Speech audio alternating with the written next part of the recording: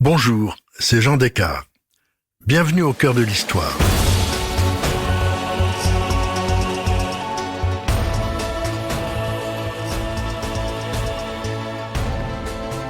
Alors que nos déplacements en train sont soumis à des règles sanitaires strictes, je vous raconte aujourd'hui l'aventure du plus long voyage ferroviaire au monde dans un seul pays, la Russie. C'est celle du transsibérien sur plus de 10 000 km, un record mondial.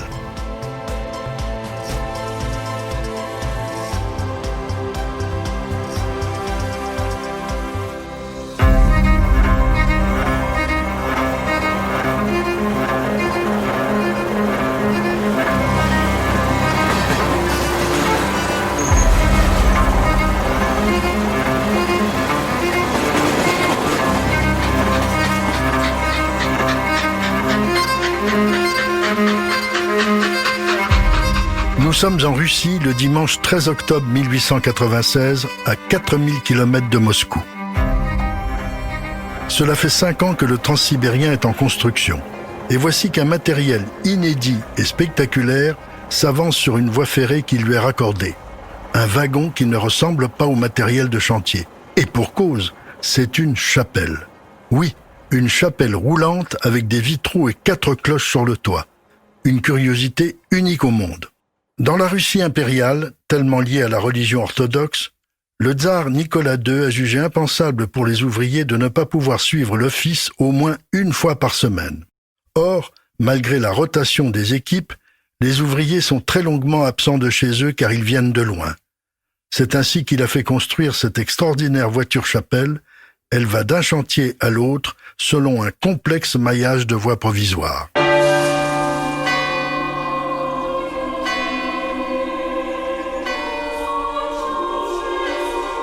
Les cloches appellent les fidèles des villages quand il y en a pour qu'ils se joignent aux ingénieurs, contremaîtres, mécaniciens, poseurs de rails.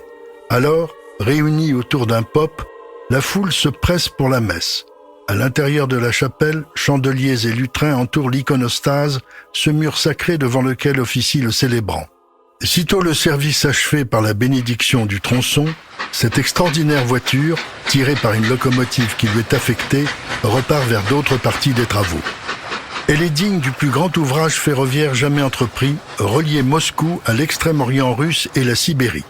Cette fabuleuse épopée a commencé à cause d'un livre français, prémonitoire, Michel Strogoff, de Jules Verne, paru en 1876. Je vais vous raconter pourquoi.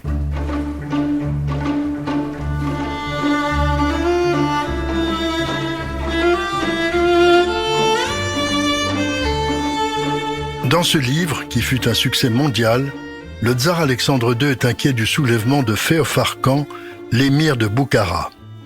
Il a pris la tête d'une révolte qui menace l'unité de l'Empire russe.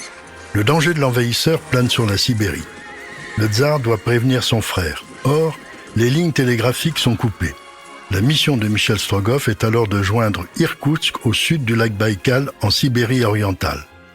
Pour le courrier du tsar, le train s'arrête à l'Oural. La ligne ne va pas plus loin et le confort s'arrête là aussi.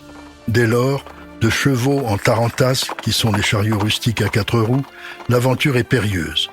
Pour conquérir et maîtriser la Sibérie, seul un chemin de fer transsibérien peut y parvenir. Le tsar francophile était un lecteur attentif de Jules Verne. J'ajoute que depuis 1869, les États-Unis étaient réellement unis grâce au chemin de fer transcontinental. Certes, sauf qu'en Russie, la distance à couvrir entre les steppes et les forêts est 3 fois plus grande et que le climat de Sibérie est beaucoup plus rude que celui de l'Ouest américain. L'été est infesté par des milliards de moustiques, il peut faire plus de 35 degrés et l'hiver, la température peut descendre jusqu'à moins 60 degrés. Pendant 4 mois, la vie humaine est gelée.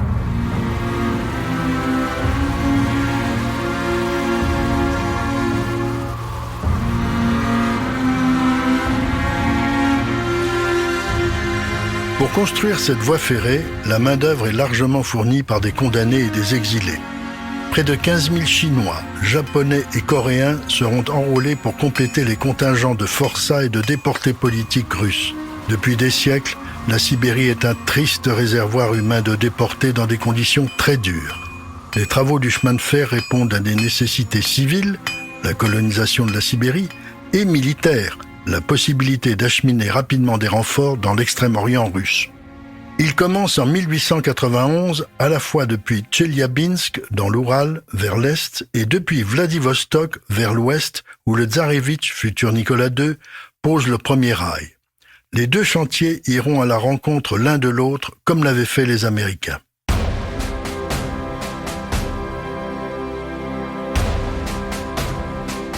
Pour une entreprise telle que la construction du transsibérien, il faut beaucoup d'argent.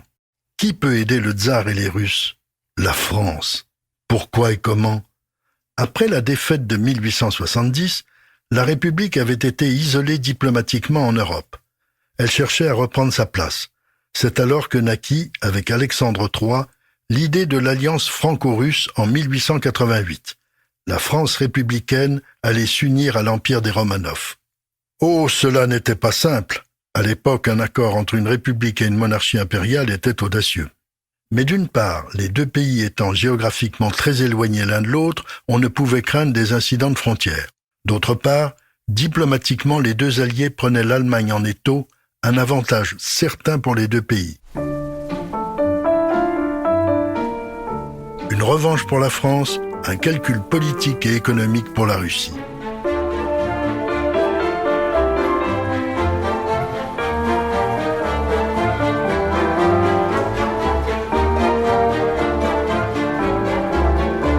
Connu et vérifié depuis longtemps, l'amour des Russes pour les Français allait être récompensé par les perspectives d'investissement, les débouchés et les marchés que la Troisième République était sûre de trouver dans cet immense pays en pleine modernisation.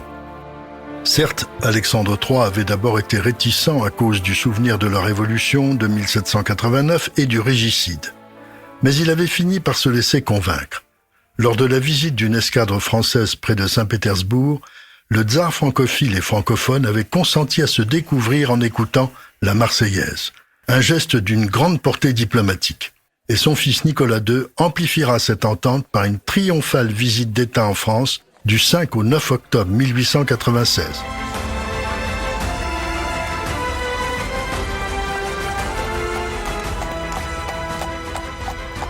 Sur les Champs-Élysées, on entend un peu partout ce cri insolite « Vive l'empereur !» Les Français ont confiance. Ils achètent des actions du transsibérien. Ces titres sont graphiquement superbes, de couleurs bistre, verte et bleue. Au milieu des caractères cyrilliques, on lit, par exemple, et en français, « Société pour la construction de wagons à Saint-Pétersbourg ». Cette action, d'une valeur de 100 roubles, est rassurante. En effet, une mention certifie que les statuts de la société ont été sanctionnés par Sa Majesté l'Empereur de Russie le 3 juillet 1893. Le tsar lui-même se reconnaît débiteur au nom de l'Empire russe de titres valant 187 roubles et 50 kopecks émis par la Compagnie des chemins de fer de l'Ouest Oural. Appel de fonds à 4,5%, émis en 1912. Avant 1900, les emprunts russes enthousiasment les Français. Ils ont le sentiment d'exister à nouveau dans la vie européenne. Le transsibérien est une œuvre colossale qui, par son ampleur, rappelle la construction du canal de Suez. D'ailleurs, Gustave Eiffel et Ferdinand de Lesseps ont été consultés. Partout, on se félicite que Jules Verne ait démontré la nécessité de cette voie ferrée. La curiosité et l'enthousiasme des Français est aussi avivé par l'initiative de la Compagnie internationale des wagons-lits. Cette société belge, qui a déjà créé le mythique Orient Express, organise une excursion pour les 2 lauréats du concours général d'histoire et de géographie, Marius Dujardin et Albert Thomas. Ceux-ci sont invités du 5 au 24 août 1898 à découvrir le premier tronçon mis en service de Moscou à Tomsk en Sibérie occidentale, soit 3000 km. Cette idée de promotion illustre une des originalités du transsibérien de cette époque. 2 trains vont exister, l'un public de l'État russe avec un matériel russe, l'autre privé avec des voitures, des fourgons et du personnel de la compagnie des wagons-lits.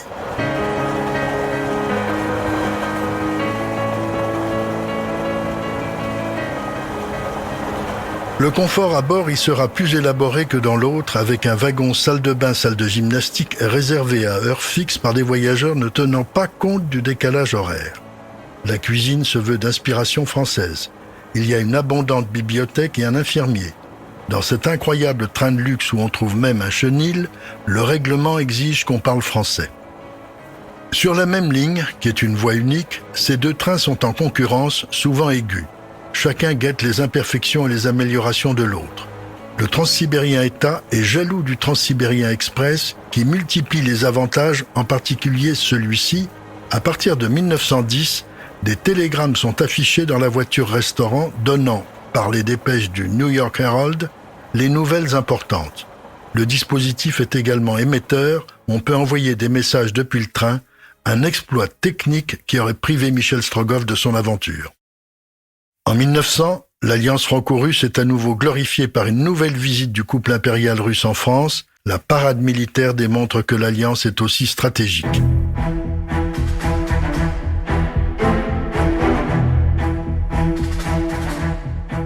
Au fur et à mesure de l'avancée des travaux, le Transsibérien devient le train le plus audacieux du monde. Ainsi, l'hiver, le lac Baïkal étant gelé, on pose 40 km de rails sur la glace. Cette traversée permet de gagner du temps, mais c'est risqué. En 1904, au moment de la guerre russo-japonaise, plusieurs locomotives, wagons et soldats sombreront dans les abîmes du Baïkal, le lac le plus profond du monde, 700 mètres. Impressionnant aussi est le nombre de gares de Moscou à Vladivostok, 543. Certaines sont de simples maisonnettes de bois au cœur de la steppe. D'autres sont de véritables palais, souvent dans un style plus ou moins byzantin. L'architecture leur donne souvent le profil d'une locomotive. Avant la Première Guerre mondiale, les 9303 km de la ligne principale sont parcourus en 6 jours et 20 heures. La cadence moyenne est de 56 km à l'heure, ce qui constitue un nouveau record. Les locomotives sont souvent alimentées en bois, c'est un combustible qui ne manque pas dans la forêt sibérienne. Parmi les curiosités de ce train pas comme les autres, on peut citer le règlement très original. À l'annonce d'une rame, reconnaissable à son panache de vapeur, le ou la garde-barrière doit rester en faction tant que la fumée de la locomotive est visible si le relief ou le profil de la voie le permet. Autre curiosité, dans les gares, la seule heure indiquée est celle de Moscou. Mais au wagon-restaurant, 2 pendules sont l'une à l'heure locale, l'autre à l'heure de Moscou. Une démonstration des fuseaux horaires, désormais indispensable dans les voyages lointains. Dans ces premières années, le Transsibérien circule uniquement sur le territoire russe pour développer l'économie sibérienne. Après de laborieuses négociations, un embranchement est aménagé pour que certains trains, sous le nom de transmandchourien, puissent joindre Pékin. C'est compliqué. La différence d'écartement des voies impose de changer de train. Puis, une troisième branche, le transmongolien, atteindra aussi Pékin via Oulan-Bator en Mongolie. Comme l'Orient Express, le Transsibérien devient un réseau reliant l'Europe à l'Asie. Par des correspondances, en 1907, le voyage Paris-Pékin dure 16 jours. Le billet comporte 37 coupons, un autre record mondial, une aventure digne de Jules Verne.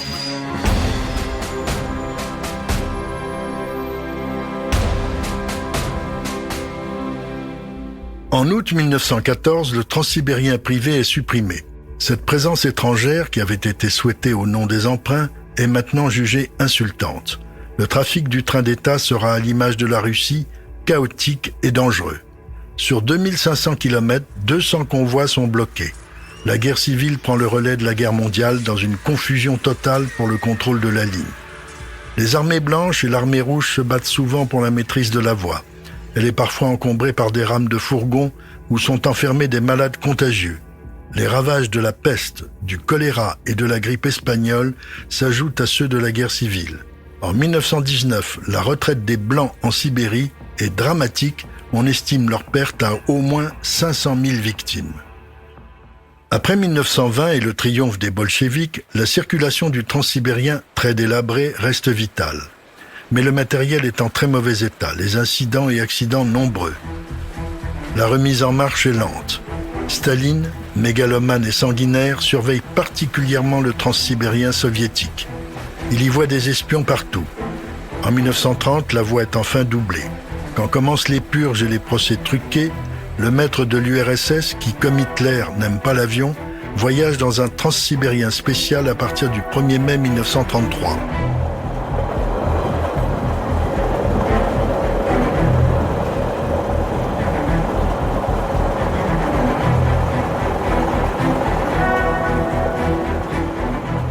Craignant un attentat, il fait placer des gardes le long de l'itinéraire. Son luxueux train de dictateur est souvent stationné à côté de rames sombres, fermées, inquiétantes. Ce sont les trains du goulag. Ils déportent vers l'archipel de l'horreur des milliers de soi-disant malades mentaux dont personne n'admettra le martyre avant les années 1970. Le 22 juin 1941, à 3h15 du matin, la rupture du pacte germano-soviétique redonne aux Transsibériens une place essentielle et imprévue dans l'exode et la défense, puisque Moscou est menacé et sa population évacuée. Mais, et c'est incroyable, l'état-major d'Hitler a oublié un détail. En Russie, l'écartement des voies est de 1,52 m. En Allemagne, comme dans la plupart des pays européens, il est de 1,43 m. Pourquoi cette différence en Russie ? Pourquoi une plus grande largeur ? Parce qu'en 1837, lorsque le tsar Nicolas Ier avait chargé un ingénieur d'organiser une première ligne russe dans l'Oural, ce technicien lui avait fait remarquer que si Napoléon avait eu le chemin de fer, il aurait pu envahir la Russie. Prudent, le souverain choisit un écartement plus large que le standard européen, ce qui donnera au train russe des dimensions impressionnantes. Tout le monde le sait. Pourtant, dans l'entourage d'Hitler, personne ne se souvenait de cette différence. Pour 11 cm de plus, l'Allemagne nazie ne pouvait faire rouler ses trains blindés et ses canons sur rail en URSS. Ce sera l'une des causes de l'échec de la brutale invasion hitlérienne, la fameuse opération Barbarossa. On espère que Staline a été reconnaissant à la mémoire du tsar Nicolas Ier pour sa perspicacité.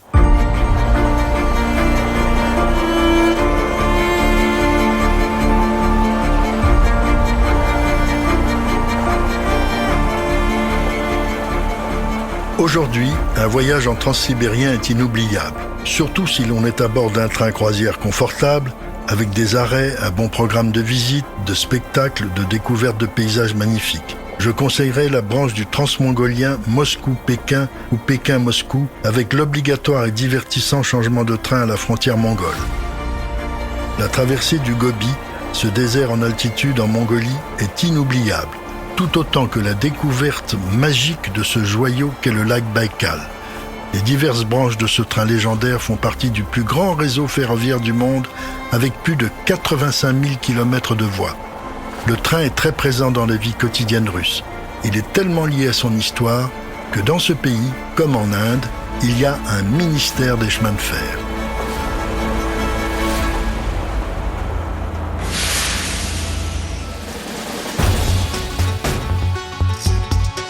Si cette plongée dans l'histoire ferroviaire vous a plu, n'hésitez pas à en parler autour de vous et à me laisser vos commentaires sur le groupe Facebook de l'émission.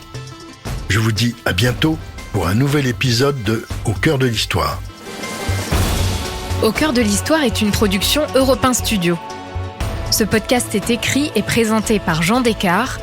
Il a été réalisé par Guillaume Vassaux et Laurent Sirgui. Pour ne rater aucun épisode, abonnez-vous sur Apple Podcasts ou vos plateformes habituelles d'écoute.